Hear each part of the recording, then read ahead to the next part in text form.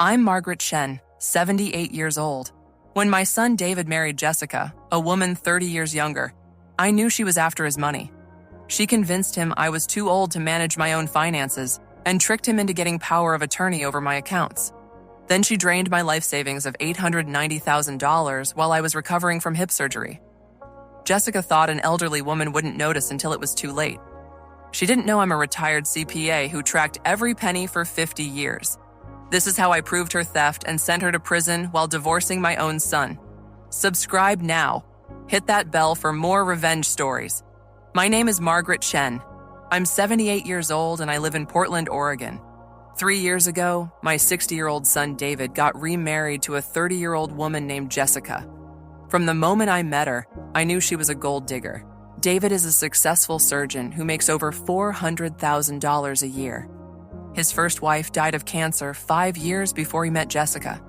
He was lonely, vulnerable, and Jessica knew exactly how to manipulate him. She was beautiful, attentive, and told him everything he wanted to hear. They got married after dating for just 4 months. I tried warning David. Son, she's 30 years younger. She doesn't love you. She loves your bank account. David got angry with me. Mom, you're just jealous that I found happiness again. Jessica loves me for who I am. I backed off because I didn't want to lose my relationship with my son, but I watched Jessica carefully. She quit her job as a dental assistant 2 weeks after the wedding. She started spending David's money on designer clothes, expensive jewelry, and luxury vacations. She convinced David to buy her a $95,000 Mercedes. She redecorated their entire house for $180,000. David paid for everything without question because he was desperate to keep his young wife happy. Then Jessica started working on me. She'd visit my house and ask questions about my finances. Margaret, at your age, do you have someone helping you manage your accounts? It must be so stressful keeping track of everything. I told her I managed my own money just fine. I'd been a CPA for 40 years before retiring. I knew exactly what I was doing, but Jessica was persistent. She started planting seeds in David's mind. Your mother is getting older. What if she makes a financial mistake? What if someone scams her? Maybe you should help her manage her money. David started asking me the same questions. Mom, would you like me to help with your finances? Just to make sure everything is organized? I refused repeatedly.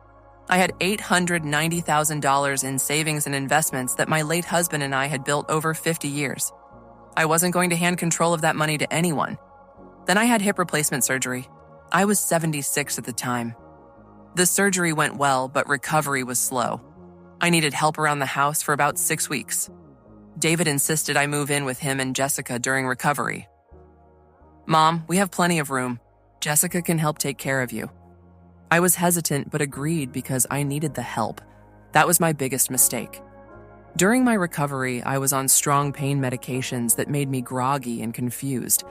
Jessica used that opportunity to manipulate me. She brought me papers to sign. Margaret, these are just medical forms. The hospital needs your signature. I was too drugged to read them carefully. I signed whatever she put in front of me. What I didn't know was that Jessica had prepared power of attorney documents giving David legal control over my bank accounts. She'd forged the witness signatures herself. The documents weren't legitimate, but my signature was real because she'd tricked me into signing them while I was medicated. 2 weeks after I signed those papers, Jessica started draining my accounts. She transferred $50,000 here, $75,000 there. She moved money into accounts she controlled jointly with David. She bought herself jewelry, designer handbags, and took expensive trips with David using my money. She spent $890,000 of my life savings in just 3 months. I didn't notice at first because I was focused on recovering from surgery. But when I finally went home and checked my bank statements, I was horrified.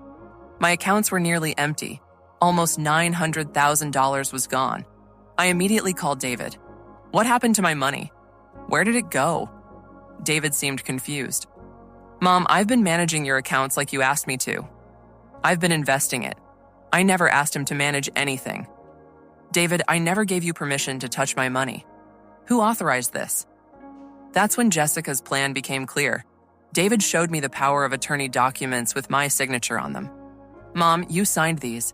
You gave me authority over your accounts. I looked at the documents carefully. My signature was real, but I had no memory of signing power of attorney papers. I only remembered signing medical forms. Jessica tricked me into signing these while I was on pain medication. I thought they were hospital paperwork. David didn't believe me. Mom, you're confused. You signed these willingly. Jessica was just helping. I hired a lawyer immediately. His name was Richard Torres, and he specialized in elder financial abuse. I showed him my bank statements and the power of attorney documents. Richard, my daughter-in-law tricked me into signing these papers while I was drugged from surgery. Then she stole $890,000 from my accounts. Richard examined everything carefully. Margaret, this is clear elder financial abuse. The power of attorney documents are questionable because the witness signatures appear forged, and even if the documents were legitimate, draining your entire life savings wasn't in your best interest. We can fight this. We filed a lawsuit against David and Jessica for elder financial abuse, fraud, and theft. We also reported the case to the police. The district attorney's office opened a criminal investigation. Jessica panicked when she got served with the lawsuit. She tried to claim she was just helping me manage my money. She said David had made investment decisions and she had nothing to do with it. But I had proof. Every transaction showed Jessica's involvement. She'd made purchases using my money. She'd transferred funds into accounts she controlled. Her fingerprints were all over the theft. The forensic accountant we hired tracked every dollar. Jessica had spent $340,000 on personal luxury items for herself: jewelry, clothes, handbags, spa treatments. She'd taken $180,000 for vacations with David to Paris, Dubai, and the Maldives. She'd put $200,000 into investment accounts she controlled jointly with David. She'd used $170,000 to pay off her personal credit card debts and student loans. None of that money went toward my care or benefit. It all went to Jessica's lifestyle. The criminal case moved forward quickly. A handwriting expert analyzed the witness signatures on the power of attorney documents and confirmed they were forged by the same person, Jessica.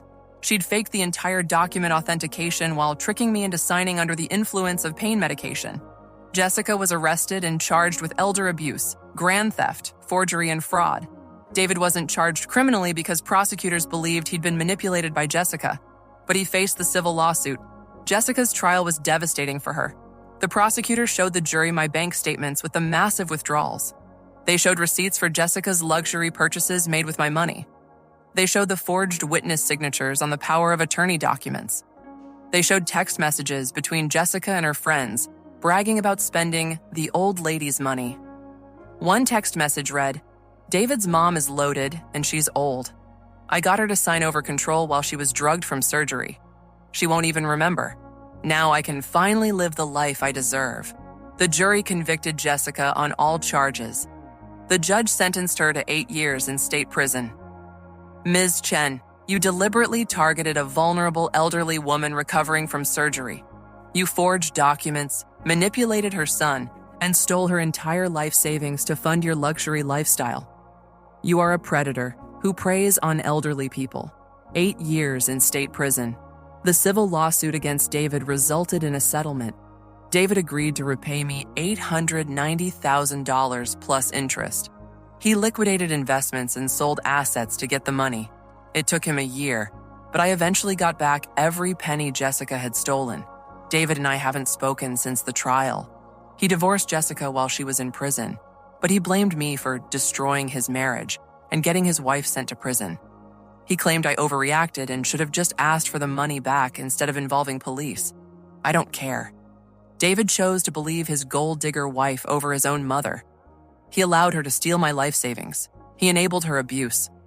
Our relationship may be over, but my financial security is restored. Jessica is now 2 years into her 8-year sentence. She tried to appeal her conviction, but it was denied. She'll be 40 years old when she's released. She'll have a felony record, no money, and no wealthy husband to manipulate. I'm 78 years old now. I have my money back. I have my independence. I volunteer with a senior advocacy group teaching elderly people how to protect themselves from financial abuse. I tell them, never sign papers when you're on medication. Never give anyone power of attorney unless you absolutely trust them. And never underestimate a gold digger's greed. Jessica thought my age made me an easy target. She thought I wouldn't notice the theft until it was too late. She thought a 76-year-old recovering from surgery couldn't fight back. She learned that age doesn't mean helpless. I'm a retired CPA with 50 years of experience tracking money. I knew exactly what she'd stolen and exactly how to prove it in court. Jessica tried to rob me of the security my husband and I spent 50 years building. Instead, she got 8 years in prison and lost everything. That's what happens when you underestimate an elderly woman who knows how to follow the money. The end.